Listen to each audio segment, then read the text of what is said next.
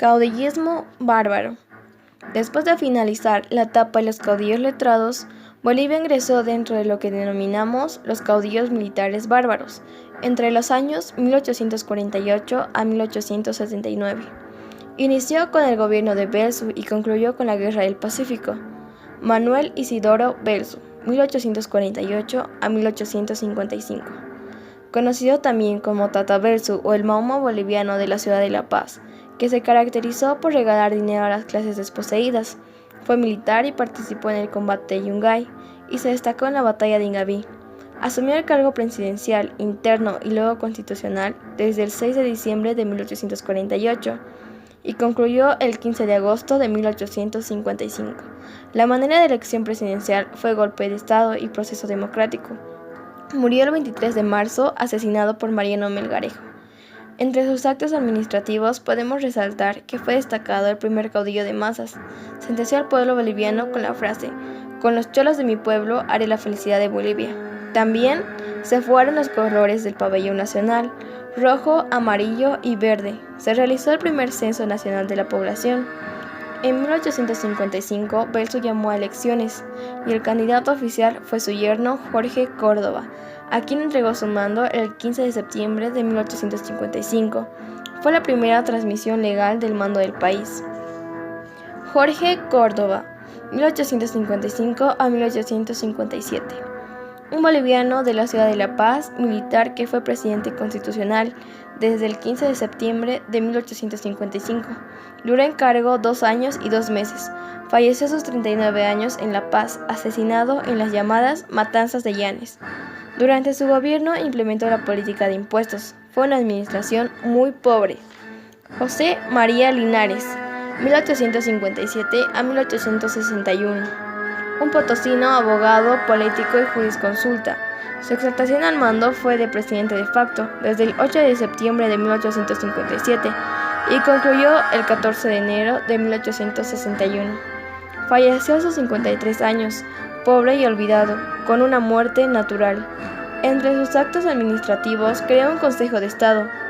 Dividió el país en 32 jefaturas políticas. Se puso en contra del clero y el militarismo. Publicó el primer mapa de Bolivia y se caracterizó por ser el orgullo del civilismo. Redujo los fondos del ejército y sus efectivos. Cambió la política de Estado hacia el librecambismo. José María de Hacha, 1861 a 1864. Un cochabambino militar que participó y ganó su grado en las batallas de Yanacocha y Nibamba. Su exaltación al mando presidencial fue golpe de facto y constitucional desde el 14 de enero de 1861 y concluyó el 28 de diciembre de 1864. Falleció a sus 58 años de forma natural. Entre sus actos administrativos podemos mencionar que dictó la ley de imprenta, implantó el servicio de correos con el uso de estampillas. Su nombre está asignado en la historia por la traición y la deslealtad. Mariano Melgarejo, 1864 a 1871. Cochabambino y militar, general de división de ejército chileno. También fue presidente de facto desde el 28 de diciembre de 1864 y terminó el 15 de enero de 1871. El origen de su investidura fue golpe de Estado. Murió en Lima asesinado a sus 51 años. Su gobierno fue el más funesto. Hizo disposiciones arbitrarias y totalmente irrazonables, determinando la entrega gratuita de territorio a Chile y Brasil. También creó el Departamento del Litoral, hizo el Tratado de Medianería y quitó las tierras a los indígenas, desconociendo todo derecho propietario del campesino. Fue el presidente más funesto que tuvo el país. Agustín Morales, 1871 a 1872, boliviano de la ciudad de La Paz, militar, que fue partícipe de las batallas de Yanacocha, Uchumayo y Socabaya.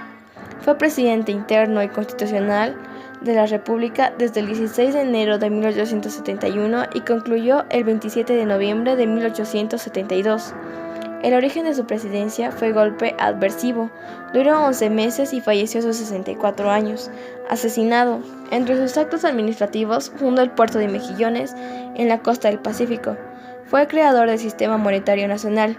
Su gobierno se caracterizó por sus ataques al poder legislativo. Mandó 8 años, uno interno y otro constitucional. Como muchos de sus antecesores, se consideró un predestinado y, peor aún, el dueño del país. Tomás Frías, 1872 a 1873, 1874 a 1876. Un abogado potosino que entre sus títulos y honores fue ministro, tuvo 2 gobernaciones, fue presidente interno desde el 28 de noviembre de 1872 al 8 de mayo de 1873. Su segundo mando fue el 31 de enero de 1874 al 4 de mayo de 1876. Falleció a sus 80 años de muerte natural. Durante su gobierno se estableció la conscripción militar. Se presentaron proyectos de reformas constitucionales con el reemplazo del presidente. Anuló la comunidad de explotación de salitre y se fijó la frontera en el paralelo 24. Renovó el Congreso Nacional por elecciones por primera vez en Bolivia. Reformó el periodo de gobierno por 4 años. Lo incendiaron en el Palacio de Gobierno, por lo que también lo llaman Palacio Quemado.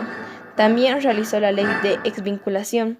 Frías fue el presidente probo y honrado, cuya vida constituyó un ejemplo de austeridad y legalismo, moralidad y decencia.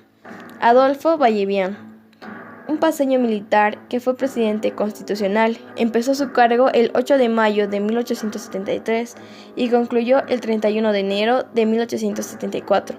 Murió a sus 43 años. En sus actos administrativos, su obra de importancia fue el Tratado de Alianza Defensiva con Perú. Aprobó el contrato Church con la construcción de ferrocarriles Madera-Mamoré. Llegó a ser un ídolo de las clases letradas y de la juventud universitaria, que veían en él un caudillo civil de limpia historia y de espíritu y acciones constitucionalistas. Hilarión Daza, 1876 a 1879. Sucrense militar, caracterizado por ser un soldado mandón, fue ministro de guerra. Durante el gobierno de Frías promulgó la 10ª Constitución Política del Estado. Su exaltación al mando fue de gobierno de facto y constitucional desde el 4 de mayo de 1876 hasta el 27 de diciembre de 1879. Murió asesinado en Uyuni cuando rendía cuentas de la Guerra del Pacífico. Durante su gobierno, Bolivia perdió la Guerra del Pacífico, implantó la ley que creó el impuesto de 10 centavos sobre quintal de salitre.